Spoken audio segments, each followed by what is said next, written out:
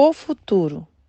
Com energia, determinação, ordem e disciplina, seremos a nação mais próspera do planeta. Nada se move ou se transforma no mundo sem energia.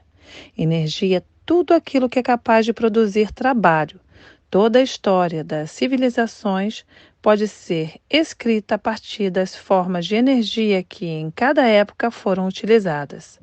Nos estertores do século XX, o mundo assiste à exaustão das formas energéticas fósseis, o petróleo, que moveram o mundo nos últimos 100 anos. A chegada do terceiro milênio, o homem volta-se para o mundo em busca de uma forma de energia limpa e renovável, que possa ser utilizada em grande escala para dar continuidade à nossa civilização. O Brasil detém no planeta uma situação ímpar e privilegiada. Possui a maior quantidade de água doce do mundo, fundamental para a captação da energia solar e seu armazenamento sob a forma de biomassa. Recebe energia solar durante o ano inteiro. Um dia de sol sobre o território brasileiro equivale à energia produzida em 24 horas por 120 mil usinas hidrelétricas do porte de Itaipu, que é a maior do mundo. Graças a essa fantástica incidência de energia solar, só possível nos trópicos, o continente brasileiro dispõe de uma riqueza vegetal inigualável, contendo óleos vegetais, celulose, açúcares, amido, etc., que poderão gerar formas energéticas capazes de satisfazer com vantagens todos os derivados do petróleo, podendo, com isso, prover praticamente todas as necessidades mundiais de combustíveis sólidos, líquidos e gasosos, assim como de eletricidade por tempo ilimitado. Esta é a razão fundamental por que o Brasil é tão importante para os donos do mundo. É por isso que eles estão tentando destruir o povo brasileiro, legítimo dono do seu território. Entretanto, dentre todas as riquezas que este documento mostrou, a maior de todas é o homem brasileiro. O Brasil está entre os maiores mercados potenciais do planeta, com cerca de 70% da sua população afastada do consumo, vivendo numa economia que é, na melhor das hipóteses, de pura subsistência.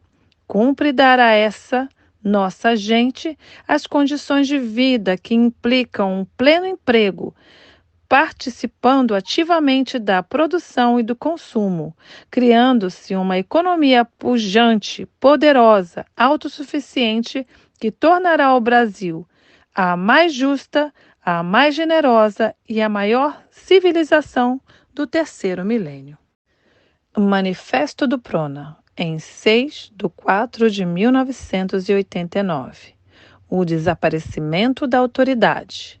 Nós, brasileiros de todas as partes, de todas as raças, de todos os credos, de todas as classes, insatisfeitos, preocupados e possuídos de absoluta desesperança com o quadro político vigente, ciente de que as organizações políticas atuais não correspondem aos anseios do povo como um todo, decidimos fundar o Partido de Reedificação da Ordem Nacional, PRONA, sem nenhum vínculo com qualquer organização já existente.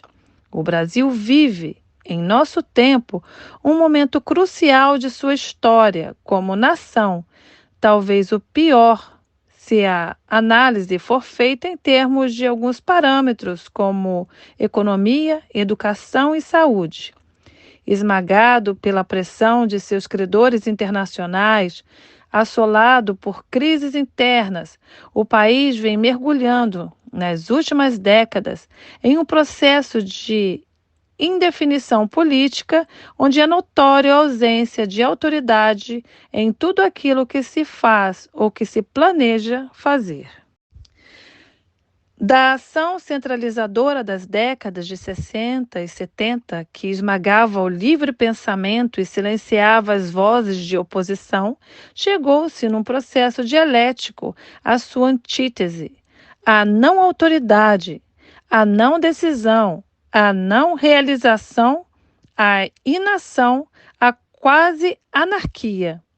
O país está à beira do caos. A ação de qualquer grupamento social, de uma escola, de um hospital, de uma empresa, enfim, de qualquer organização dentro da sociedade, é, em última análise, o reflexo do que se passa no vértice da pirâmide social, ou seja, no governo. Todo o poder existe para ser efetivamente exercido. E convivemos todos nós neste país com uma absoluta crise de autoridade. Diante dos acontecimentos que têm chocado a nação nos últimos tempos, alguns até com repercussão internacional, todos divulgados à farta pela imprensa, procuram-se e não se encontram os responsáveis diretos pelos fatos. A responsabilidade se dilui como está diluída a autoridade. É fundamental que seja restaurada a autoridade em todos os níveis de ação pública e, com ela, a responsabilidade. Não existe autoridade sem responsabilidade. A existência de uma implica a outra. A desordem, embicado no desaparecimento das diversas formas de autoridade e dele decorrente, veio diminuindo para e passo o respeito à lei e crescendo a desordem que se sobrepôs pouco a pouco às leis vigentes. Leis há muitas, simplesmente elas não são cumpridas. Com o desrespeito à lei instalou-se a desordem, tornando-se impossível a ausência de ordem, o desenvolvimento de qualquer atividade produtiva. A inépcia administrativa, a desídia no cumprimento das obrigações, a incúria na realização de qualquer tarefa prendem-se necessariamente ao desaparecimento do binômio autoridade-ordem. A desordem tornou-se a regra no país. Desordem política, desordem administrativa, desordem econômico-financeira, desordem moral. O estado de absoluta desordem em que o país se encontra, bem como o mau exemplo que chega à sociedade vindo do poder constituído, estimulam o que de pior existe no ser humano: a ganância, a corrupção, a necessidade de ganho fácil, a desonestidade, criando uma sociedade onde imperam o ódio, a violência, a desconfiança, a não cooperação, enfim, criando não apenas uma sociedade onde existe a natural luta de classes, mas, isto sim, um bando desordenado onde cada um desesperadamente decide lutar pelos seus próprios interesses numa corrida desenfreada de salve-se quem puder, um lutando contra o outro, sem nenhuma perspectiva, sem nada ser divisado no horizonte, uma vez que tudo aponta numa direção só de uma desordem maior. A crise não é apenas de um extrato da sociedade. Não é crise dos operários, dos bancários, dos comerciantes, dos industriários, dos securitários, dos professores, dos médicos, dos engenheiros, dos empresários. É uma crise de toda a sociedade. A sociedade brasileira está doente, padece de um quadro de atetose, expressão que traduz em linguagem médica uma certa forma de incoordenação motora. Os diversos segmentos da sociedade, desarticulados, debatem-se em paroxismos espasmódicos, cada um tentando sobreviver ao verdadeiro estado de choque em que se encontra a nação. Do jeito em que estamos, como um navio sem rumo, soprado pelos ventos do neoliberalismo econômico, cada um entregue à sua própria sorte, não chegaremos a lugar nenhum, a não ser que a sociedade como um todo se una em torno de uma ideia central, para que possamos emergir do fundo do oceano de inópia cultural em que todos nós estamos mergulhados para uma situação de ordem, com justiça social, ordem que não será eterna, porém que, ao concluir o seu ciclo, nos deixará em um patamar mais elevado da condição humana. Mensagem à nação brasileira. A nação brasileira está sendo dessangrada, escolas caindo aos pedaços, hospitais apodrecendo, nosso povo morrendo de fome. Um grande esforço deve ser feito nesse momento em prol da unidade da salvação nacional. É hora de unir, não de desunir. Vamos nos unir, todos nós, cidadãos comuns da nossa terra, que estivemos até agora observando a história. Vamos, nós mesmos, fazer a nossa história.